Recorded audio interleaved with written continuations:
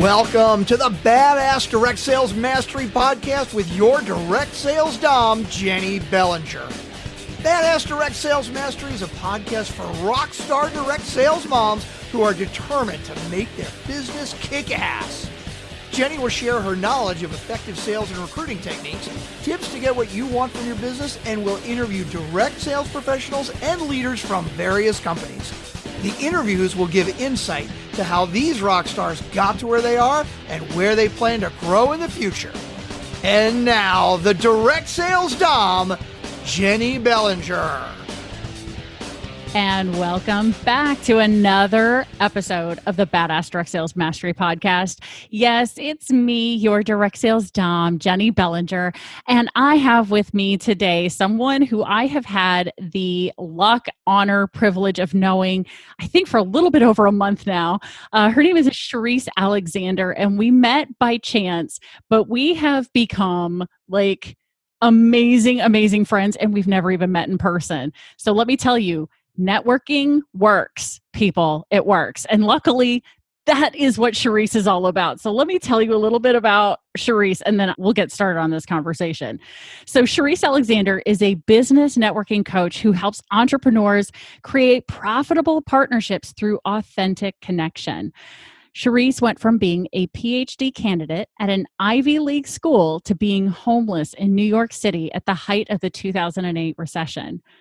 That experience taught her that while achievements and degrees are something to be proud of, human connection is the most valuable asset a person could have. She now teaches entrepreneurs the power of making a micro impact, one person at a time, in order to grow their network and their business. Welcome to the show, Shereese. Thanks so much, Jennie. I'm so excited to be here. We have just hit it off as fast friends. And so I am so excited to be on your show today and to be sharing with the listeners some little tips and tricks that I've picked up over the years. Oh, I can't wait to, because anybody who's listened to the podcast for any amount of time knows that I am a huge proponent of networking.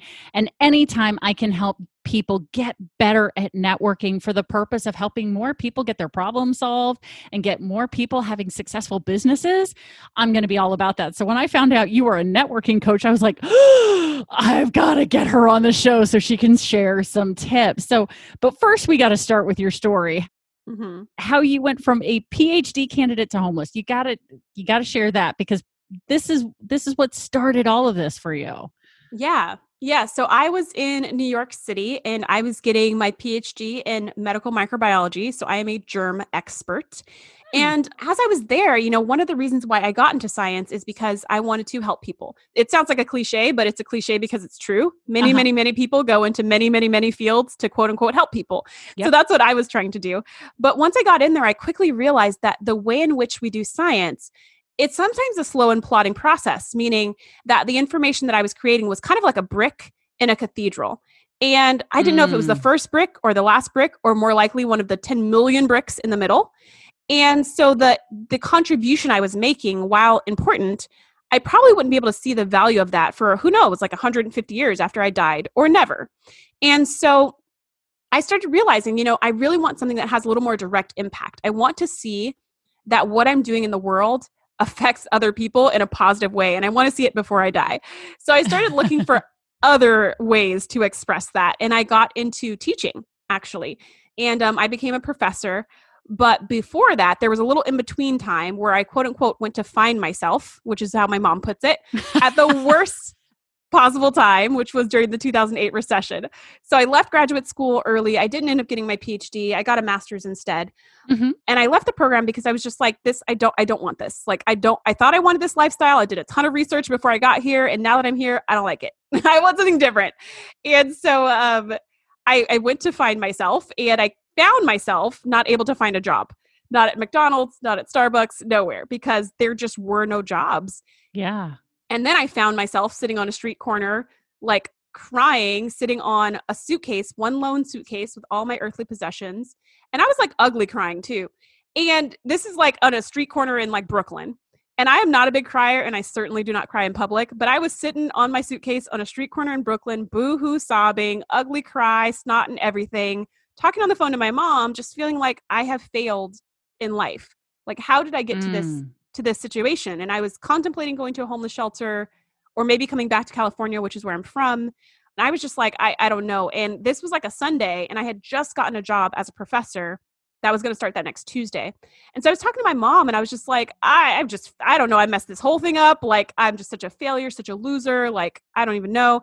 And, my mom was quiet for a minute. And then she said, you know what? I really think you need to take this opportunity to become a professor, because if you don't, you're going to regret it for the rest of your life. And honestly, what doesn't kill you makes you stronger.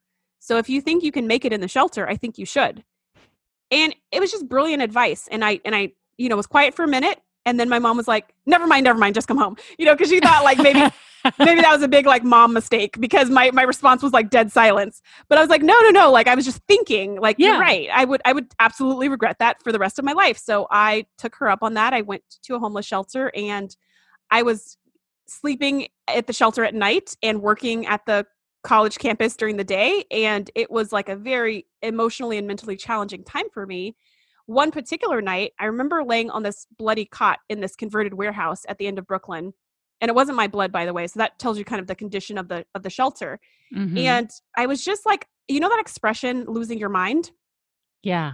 I felt my mind slipping away. So I felt the origin of that expression happening to me. And I was just like, I had a strong talk with myself, and I was like, look, kind of repeating my mom's word, what doesn't kill you makes you stronger. And you can decide if you want this to be your life.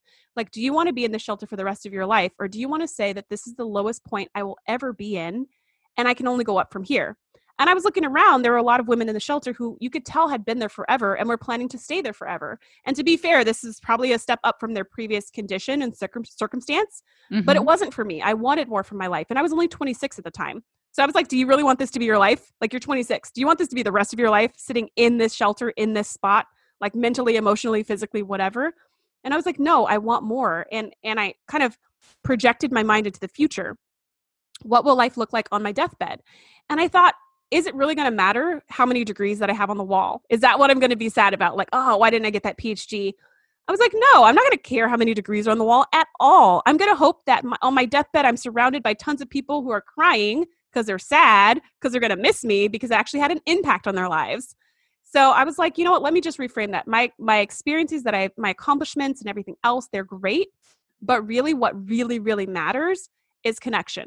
That is what matters most. And I went into teaching as a professor with that complete mentality, is that it's all about connection. And I can't tell you the number of emails and letters and everything else that I got from my students saying like, oh my gosh, you're such an amazing teacher and all this stuff, just because I didn't treat them like numbers or like idiots, but I treated them as people worthy of respect and honor. And I connected with my students, who at the time were also in their 20s. I was like the same age as all my students. So that was but I looked like I was 12. So it was really weird for them, at least. It was really weird. But just that, having that connection, I think just makes all the difference. It just makes all the difference. So that's kind of where this started, my pivot to focusing on meaningful connections. Because I really think at the end of the day, that's what matters. And all of the other stuff, like money and accolades and yada, yada, yada, any other like tangible physical thing I can point to, is only fun because of who you get to share it with. Which is a point of connection. Mm-hmm. Oh, yeah. Love it. So as you've gone through and you're, teaching now businesses how to network, especially, are you working with like solopreneurs, small business? Like who are you typically teaching these networking connection? How are you coaching them basically? I work mostly with solopreneurs or with small business owners who have a really small team, like 3 to 5. And that's because the tips that I'm teaching about connection, you cannot outsource to a VA. When it comes to building relationships, you actually have to be in the driver's seat. And so I found that that's a little bit easier when someone's like a solopreneur or a small business owner, because they're doing it all anyways. And I feel like it's just maximizing their time and efforts for them to be building relationships. They can always hire a VA to send emails, but when it comes to making those connections, like you kind of have to do it yourself. Exactly right. And I know probably quite a few of the people who are listening right now, the listener is thinking to themselves, hire a VA. What's a VA? So great. So then you're perfect for this. Yeah, exactly. If you don't know what that is, you're perfect for this strategy. Exactly. Because here's the thing. when someone is in direct sales, when they're in network marketing, they are in business by themselves. They are an independent business owner or an independent contractor selling products or services for a company, right? Who has chosen not to have a brick and mortar location to sell their products or just sell them online. They want to actually use word of mouth networking to get the products out there. Right. So learning how to network effectively is what's really going to make the biggest difference in your business. And from what I see, it's the biggest difference between people who succeed in network marketing or direct sales versus the people who don't. Right. So the Federal Trade Commission has put out a statistic saying that in the first 5 years, 90% of people have already left direct sales. Right? That the turnover rate is 90% in 5 years, right? Or less. So to me, the biggest difference is the people who are around for 5 years or longer are networking. They may not realize that that's what they're doing, but they've got to be networking in a way that's effectively building their business, right? So what we want to focus on today is really understanding, how we define networking, right? And I love the way you talk about it as making micro impacts. I think that's brilliant. So how have you come to be a business coach then from, being an expert on germs into being a business networking coach? What has that journey looked like so that we can then begin to delve into the networking part of this? Well, I've always been an educator. I'm still an educator. It's something that is just part of my fabric. The same way I'm still a scientist, like that's always going to be there. It's just the way that I think and I work. I think over the years, what I've seen though is in science and in education is again, it's that micro impact and it's that connection piece that makes all the difference. So for science, very similar to direct sales, the scientists that are the most successful are the ones who can communicate most clearly and who have a large network. It's not the ones who are the most brilliant.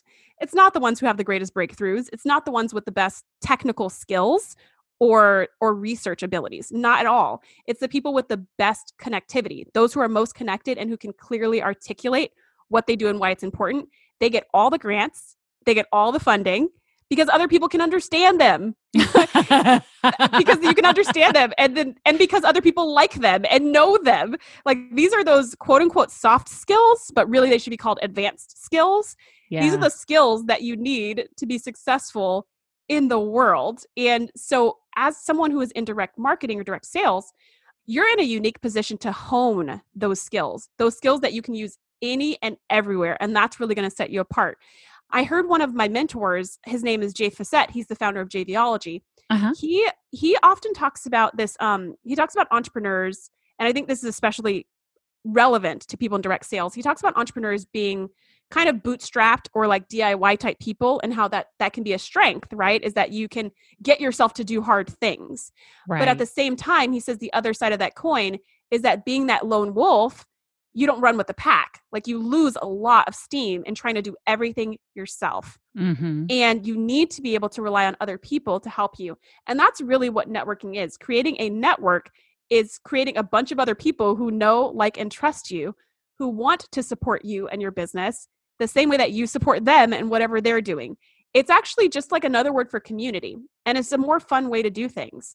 Doing everything yourself is not how you get to the top of the leaderboard in any area of life.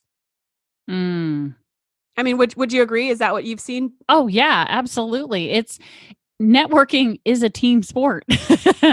It really is, because as we all advance, we just keep getting better and better and better at helping everybody be more successful, right? Because as you become better connected, right, you become not only the go-to person for the product or service that you sell, but then when you become known as the go-to person, because my gosh, Shereese knows everybody. Is there anybody she doesn't know? Is there any business that she doesn't have a connection to in some way, shape, or form?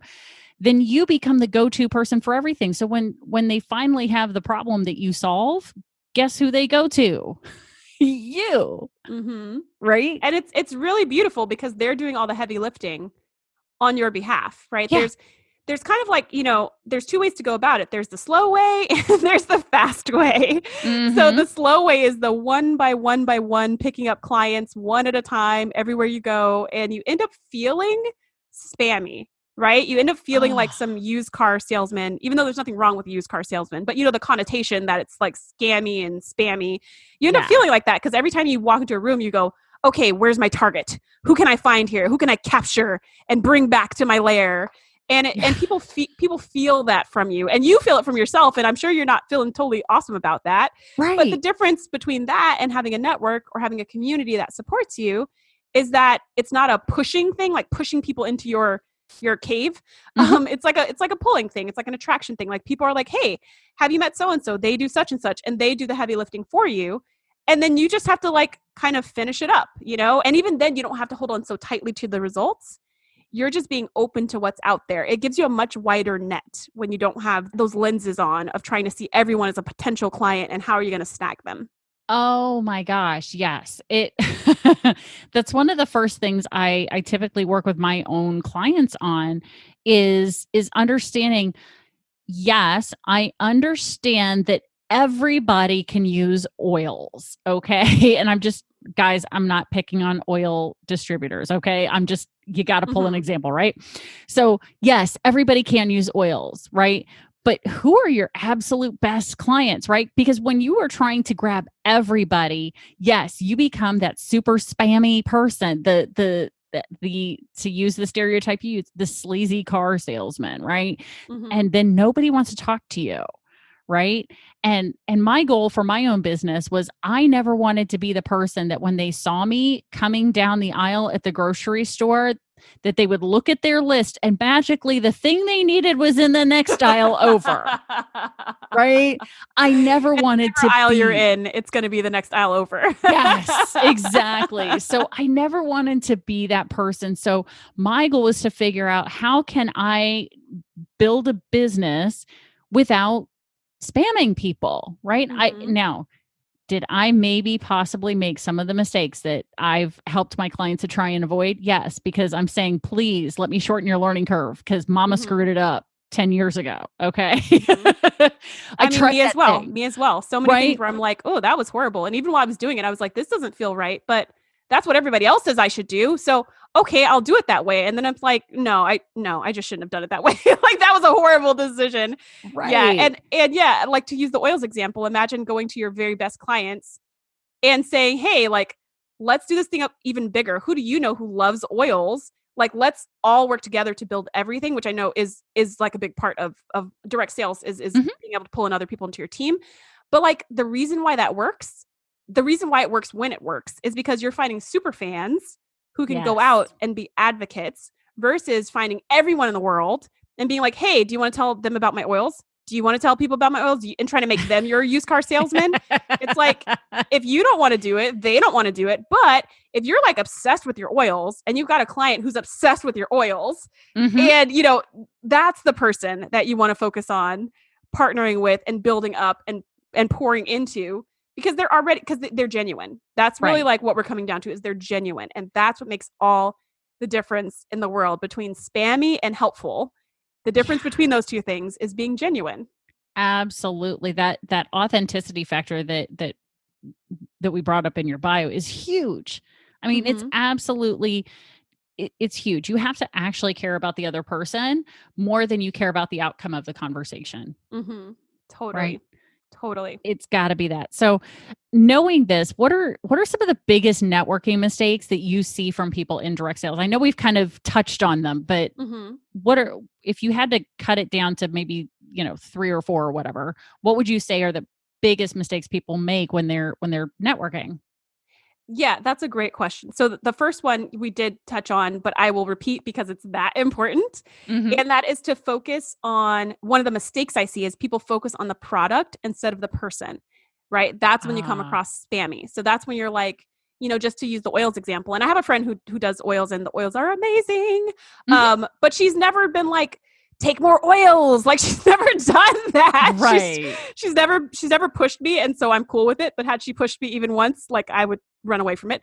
But yeah, so focusing on the product instead of the person is a huge mistake that a lot of people make, because you're very, if you're very passionate about the product, it makes sense. You're excited about it. You're passionate about it. You want to share it. And that's awesome. And you should, because that's coming from a place of authenticity.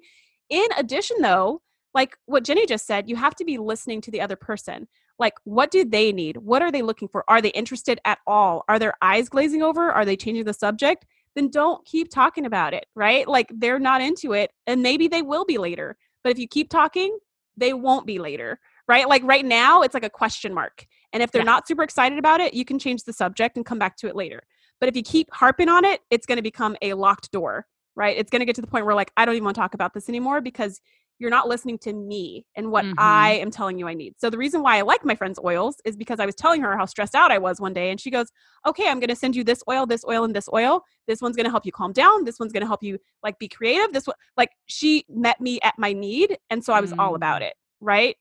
Yeah. So that's one of the first things, is focusing on the product instead of the person's a big mistake.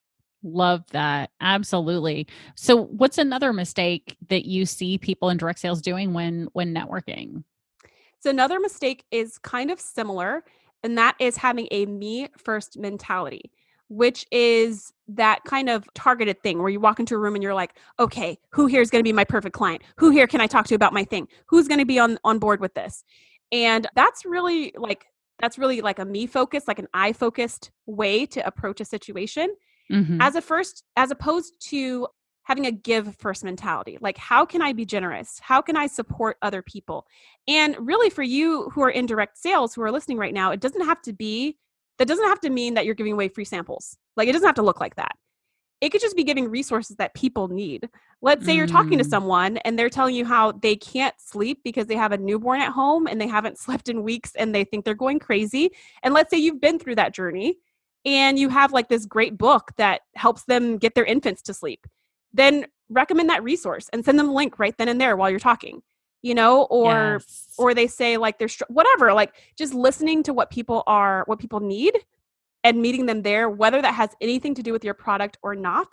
But having a give first mentality makes such a big difference, because people don't always remember what you say or what you did, but they always remember how you make them feel.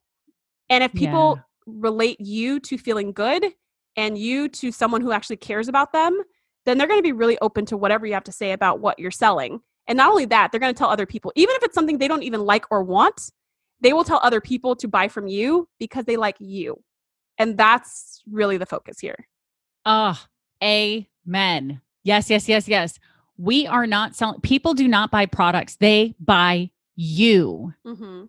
They don't buy it, because let's be honest, anything and everything that is being sold by a direct sales or network marketing company, you can find somewhere else. Yep. You are selling you, not oils, jewelry, kitchen products, candles, clothing, hair products, whatever. Like, you are selling you, and people are buying you. Absolutely. And that's why people are going to buy from you versus someone else. Not because your products are superior. Even if you believe your products are superior, no one else really believes that. But, you may truly believe that. No one else believes that. But if they like you, they're just going to say, well, I'm in the market for this thing and I know my friend sells it. I'll just buy it from my friend. Right. Exactly.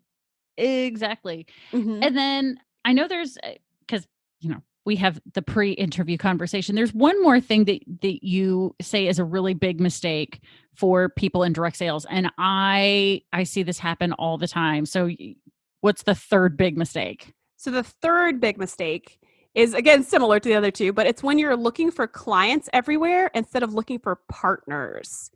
Looking for clients instead of looking for partners. That's a little bit counterintuitive, because you're thinking, well, I need to sell my thing, so I need people who want to buy my thing. That's kind of true. But imagine going into a room of like 1,000 people and hunting and pecking and finding 10 new customers or clients. That would be amazing. But wouldn't it be even better if you found 10 partners who could each introduce you to 10 more customers or clients? Like, now you're getting exponentially better results, because you're no longer being a lone wolf, but you're branching out and you're creating a network on purpose. So Jenny, you had this great example of that earlier that I would love for you to share again about the photographer.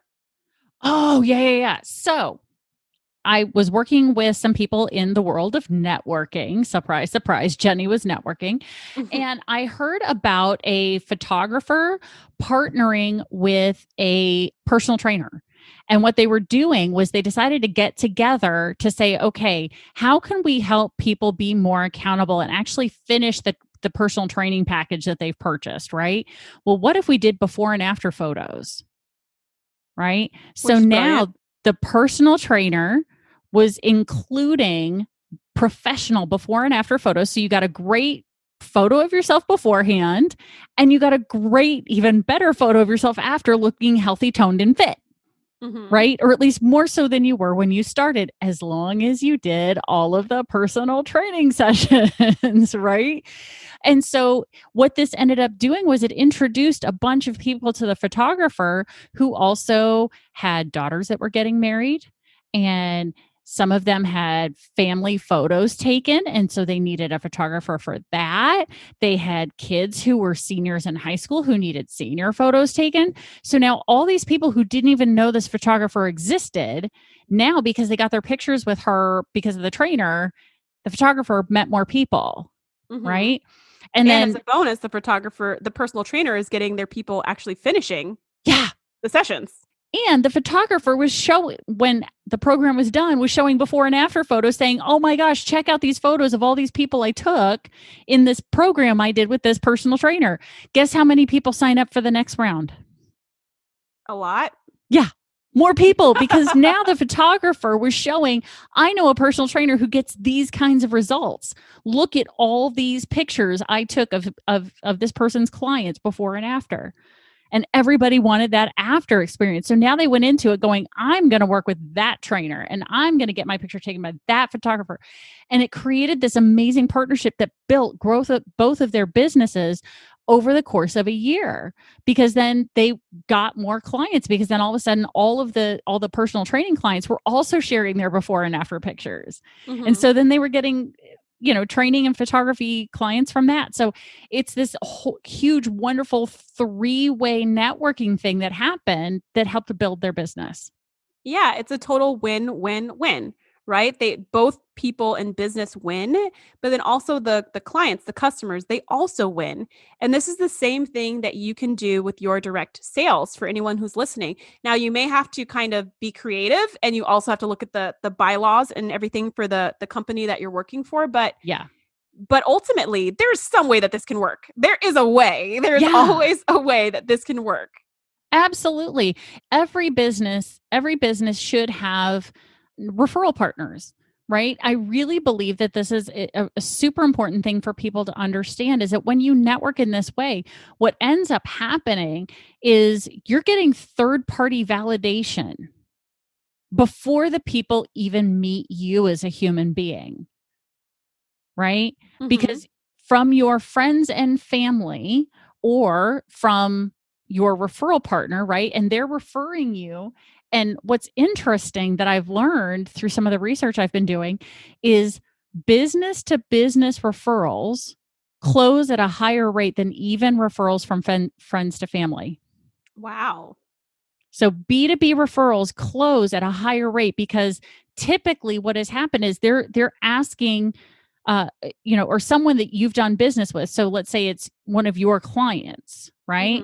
Says, hey, I could really use some help with sales. How do I do that? And then you go, oh, well, Jennie Bellinger is a sales coach. She can help you with that, right? So now someone who already trusted you to hire you now all of a sudden goes, oh, okay. And then they go to me, right? So it's a much even closer relation, because this is someone who already trusted you with their money, which in psychology terms, they trusted you with their security. Money is security for people, right? So if they've already invested in you, and you're saying, hey, you should really think about going and doing business with this other person, business to business referrals close at a higher rate than friends and family.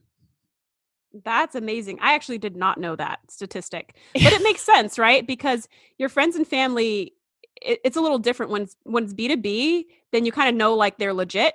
Right. But friends and family, you're kind of like, okay, I'm going to trust you, but that doesn't mean I'm necessarily going to buy it. It's kind of like when I think of my friends or family setting me up on a blind date. I'm like, I do like you guys. I do kind of trust your taste, but there might still be some question marks there. But yeah, so I guess it does make sense that B2B sales close faster because you trust them. Plus, you also have that whole, like, you don't want to go to Yelp or go to Google or go to something else to like look up all the reviews. If someone's like, oh, I use this person, they're great. You're like, fantastic, done.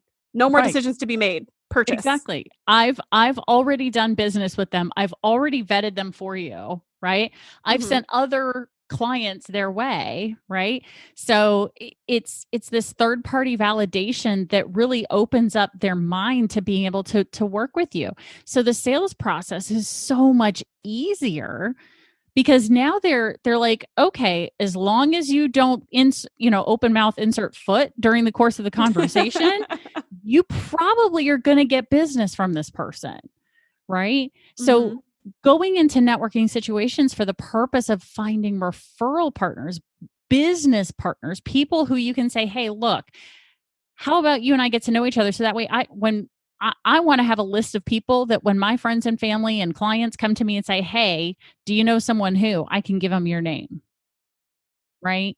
So having that list, being that go-to is huge. So really thinking about getting those potential partners, because it's just like you said, going into a room of 1,000, getting 10 clients, that's pretty good. But going into a room, getting 10 referral partners who each can, over the course of the next year, get you 10 people each, you've just increased your business by 100 customers. With the same amount of effort. This is a no-brainer.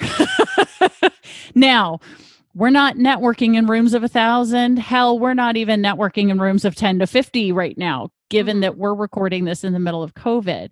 So one of the things that I'm sure the listener is thinking right now is, well, yeah, that's great, except I can't network. Except in person.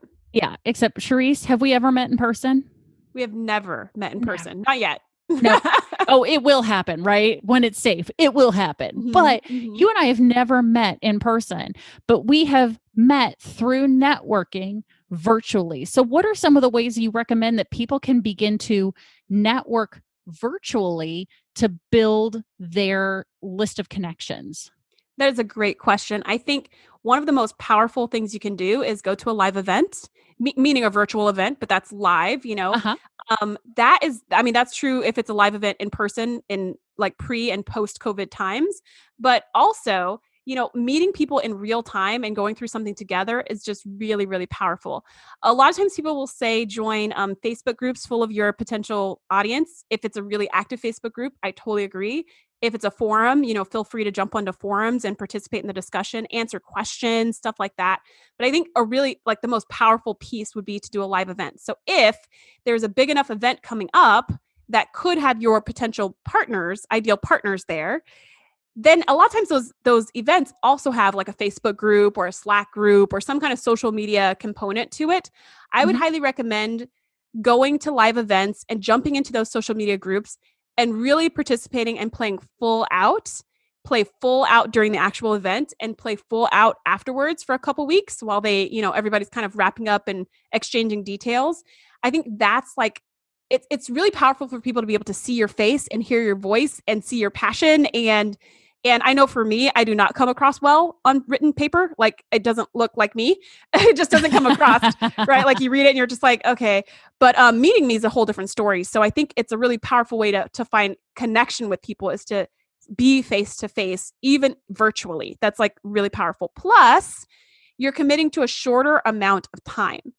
If it's about joining a Facebook group and then just participating in it forever, it's a little hard to maintain enthusiasm.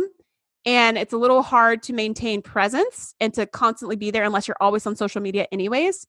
But that being said, if you are someone who's always on social media, Like, let's say you're just totally addicted to Facebook and you never hang up that thing, like me, for example. Then in that case, you definitely want to get into a Facebook group that's super active and just be very, very present. And by present, I don't mean spamming them and telling them how great your stuff is, because that's really annoying. But I mean going and participating, like commenting on people's stuff, liking people's stuff, answering people's questions, asking questions, like just like a normal person would. Just go in and participate. And the more discussion you can generate, the better, because it helps the whole group. If the whole group can get help from you, it helps everybody. So not so much coming in and being like, hey, everybody, check out my webinar. Like, nobody cares about that. At least not until they actually like you. No one cares about that. Right. But if it's like, hey guys, I have a question about blah, blah, blah, and make it a sincere, genuine question that you think can get a lot of discussion, then that's like so valuable. One of the things that I usually do on my personal page is I will ask a question and I will say it with a GIF. Oh, yeah. I just did that this morning. I said, how was your weekend? Say it with a GIF. And I get like a million comments, because whenever people are commenting on social media, whenever someone's leaving a comment, they want to increase their status. They want to be seen. They want to be heard. They want to look smart or clever or funny or something like that. Like that's like the dopamine hit we get from participating in social media. Yep. So you want to create an environment that allows them to do that allows them to look like smart or funny or, whatever, giving you advice on things. If you come into a group and you're the one giving advice all the time, it's like the opposite. It doesn't make anybody else look smart or funny or clever or anything. It just makes you look good. And nobody cares about that, right? Like nobody cares about making you look good. So those would be my tips, is to go to live events if possible and play full out for that short period of time. Or if you're addicted to social media, be more strategic with your social media. And that may look like you stop following a lot of people who have nothing to do with helping you with your business. That may be what it looks like for a while. Yeah, absolutely. And there are so many live events that are happening virtually right now. I mean, every networking group that is out there for businesses to participate in have pretty much gone virtual. So, looking into BNI as an option, looking into other networking groups. I know there's something out there called Team and NTI, and oh my gosh, what are some other ones? There's one called Big. I mean, there's so many different networking options, and especially for those for the listener who is in direct sales, a really big one for direct sales is something called Polka Dot Powerhouse, which That's a great name. Right. And it's 40 to 45% at any given time, their membership are women in direct sales. Wow. So they are very direct sales friendly, which is nice, because I know in some of the more traditional business oriented networking communities, they can sometimes be a little tough on I was going to say snobby sales. But yeah, let's say tough. Tough, snobby. Those they are true. I mean, it's certainly true. I experienced that. I experienced that myself in my very first chapter that I was ever a member of. I had somebody who would not have a one-to-one with me. And so finally I was like, the only way I'm going to get this person's attention is if I give them so many referrals that they can't ignore me.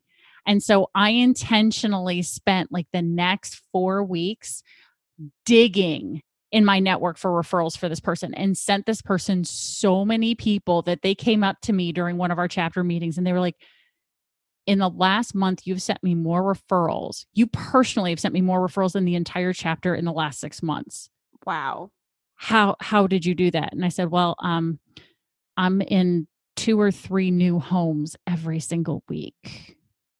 I'm probably your best referral source. So can we have a one-to-one now? Wow. Look at that. He thought because I was a direct salesperson, I couldn't possibly have a referral for what he did. Right. That involved but it's the like decision the makers. Yeah. The what he hadn't considered was that the people I work with are the people that he works with, the decision makers of the house, which more than half the time are the women of the house. Mm-hmm. Mm-hmm. Right? Yep. I am in their houses, drinking their wine, selling to their friends 2 or 3 times a week. So you are an influencer right there, right? Right. That is influence. I'm literally in front of a bunch of women going, oh, yeah, mortgage rates suck right now. you know what? I know the vice president of such and such mortgage company. Would you like me to have her call you? Would you really? Oh, yeah. You guys could talk about refinancing. If it doesn't work, it doesn't work. But you know what? Like, I became the problem solver pretty much right after every party because people are like, hey, do you have someone who fixes auto glass? Do you have someone who does this? Do you like, And you're like, yes, I do. yeah, absolutely. So networking virtually, it can be done. You've just got to be ready and willing to go do that and look into what your options are for that. But I mean, I can tell you Polka Dot Powerhouse has many chapters that are completely virtual and have been since pre-COVID because they were opening chapters in as many states as they could. But if there were people who wanted to join, but they didn't have a chapter near them, they said, okay, well, let's just do it. Can you sell to anyone, anywhere? Yep. All right. So they have online virtual chapters for people who can sell to anyone, anywhere. And the purpose is for them to get together and figure out how can we work together to build everybody's business in this group. And that is so powerful, right? That's the opposite of now I've joined this company. Let me go sell to the 5 friends that I have and my mom, and then I'm done. Or, let me go into room after room after room trying to spot the perfect client and convince them or whatever kinds of things we tend to think of. I'm speaking more to someone who's like maybe brand new because that's usually what goes through your head is like, oh my gosh, where am I going to start? And then that's where you start. And this model of really growing your network and focusing on creating a community that can really support you, that you can also support is the fast way. Like it's so much easier and it's more fun this way. And there's not all that pressure. I love that there are organizations like that are already kind of plug and play. They already exist. Yeah, absolutely. And what's nice again, is that they have the belief in this business model. They aren't snobby about it. Now, not to say there aren't individual members of chapters of various networking organizations who aren't still going to have that sense with some people. But for the most part, what's nice is when you have an organization that as a whole supports it, right? Is a big and understands it. Model. I think that's important too, that Absolutely. They understand and support this business model. That's the environment you want to be in so that you're not fighting an uphill battle when you're looking for partners. Exactly. It's already hard enough. Don't make it harder on yourself. Get with a group that believes in who you are and what you do, right? So I could pick your brain on networking forever, right? And so we're probably going to have to do another one of these episodes later and do the networking 201 interview to take it just a little bit deeper, right? But until then, I know you have a giveaway for the listener. Can you tell us a little bit more about your 10 tips for connecting with influencers? Yes. So this is a resource that has 10 tips plus a few bonus tips about connecting with influencers. And by influencers, I'm not talking about a celebrity with a big Instagram following. I'm specifically talking about somebody who has influence with your ideal clients or customers, right? These people we're trying to partner with, right? So instead of influencers, I could say potential partners. Right. But these tips are for how to reach out to those potential partners who do have a lot of influence. So if it's someone who who you're kind of close with, it's a lot easier because you can just reach out to them directly. But if it's someone that you don't know, that you admire, maybe someone whose email list you're on, like you see the stuff that they're doing in their company or their business or what have you, but you personally don't necessarily know them.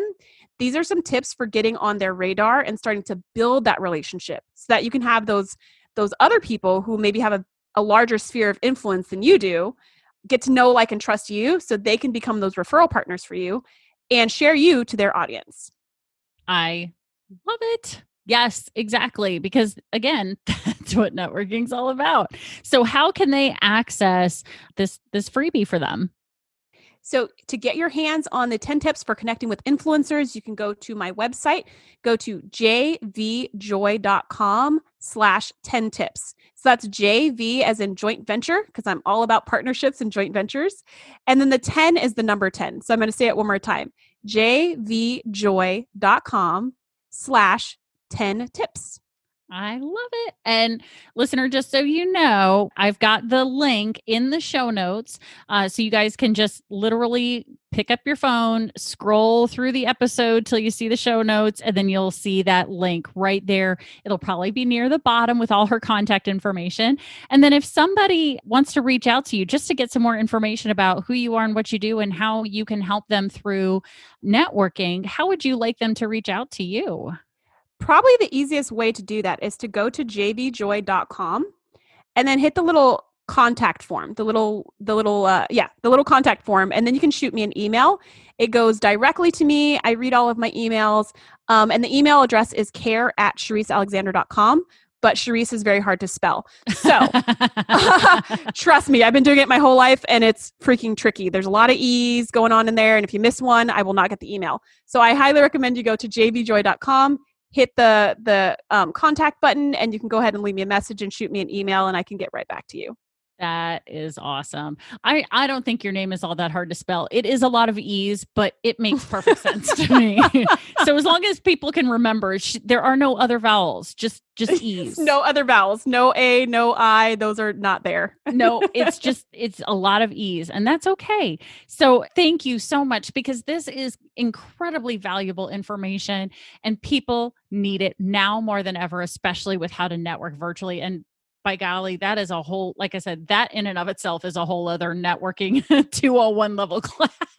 Definitely. For the networking professor. My God, there we go. That's a good name for you. That is actually a really good name. I like that a lot. I like that better than networking coach. I might actually steal that from this podcast on. Go for it. You can have it. I love it because you are a professor. And so it just makes sense. The networking professor. So anyway, yeah, we could go on and talk about this forever because we both obviously are passionate about networking because that's how we met. And now we're like long distance besties. And I so cannot wait to meet you in person. Me neither. And I can't wait to have you on my podcast. Oh my gosh. Oh yes. Listener. On both of my podcasts, actually. Yeah. Well, okay. So we have to tell them your first podcast is the TNG podcast. Okay. If we have to explain to you what TNG is, you're probably not a fan. Okay. Yeah. I mean, I will say it's Star Trek. We do need that part because because they can't see it right now. Yeah, that's true. So it is a Star Trek based podcast, but TNG, it's my favorite version of all the Star Treks. So when I found out she was doing the TNG podcast, I found out about it before I ever met you in person. I was like, who is this person? I need to meet her. And Virginia was like, yeah, you totally do. You two are going to be like peas in a pod. Like, and she was so right. She was so right. She was so right. And our beloved Jenny is going to be a guest on our TNG podcast, geeking out with us about Counselor Troy. It's going to be fun. Oh, she's my favorite. I love Which that. I love because we just do not, I mean, she just does not get enough play in our show, the show. And so we don't have a lot of love for her in season 1. And but she becomes amazing, right? But in season 1, she's like useless. So we're so excited to have you come and just like show her some love for a change. Well, and it's great because one of the things I didn't realize about myself, because I didn't realize that being an empath was an actual thing. Now the way they portray empaths on the show is, a little hard to believe for most people, that they can literally read minds but empaths do exist. And what I have found out is that I am a little bit of one, which was a big eye opener because I was like, I'm sorry, that's a what? How does that work? Like, what do you mean? But it explains a lot why there are some people that I cannot be around. Right? Because whenever I'm around them, I'm like, the whole world just went dark, right? Or the whole world just like, I feel like it's crushing. What is going on? And it's only when I'm around this one person. What the hell? And then I found out about empath. I'm like, oh, their energy is so negative that my positivity is like, can't hold it out. Wow. I was like, oh God. Anyway, but we've gone off, digressed yet again. I think that's just going to be our lot in life as friends. But anyway, so thank you so much for sharing this on the show. We are going to have you back because this is something that just needs to be revisited, and people need to be reminded of it again and again and again, and how to get better and better and better at it each and every time they go out into the networking world. So thank you for sharing your expertise and your time. And Absolutely. I cannot wait to hang out with you again. Yeah. Thank you so much for having me. It's been such an honor. And yeah, I've loved every second of it. So, yay. We have lots of fun. All righty. Well, hey guys, get ready because here comes another badass episode. Thanks for listening to the Badass Direct Sales Mastery Podcast with your direct sales dom, Jennie Bellinger. Why are you waiting to go to badassdirectsalesmastery.com? Don't make the dom get her whip. If you enjoyed this episode, make sure to share it with another rock star that you know in direct sales after you subscribe to the podcast so you won't miss any future episodes. You can also check out the show notes for links and any contact information mentioned in today's episode. We'll see you next time.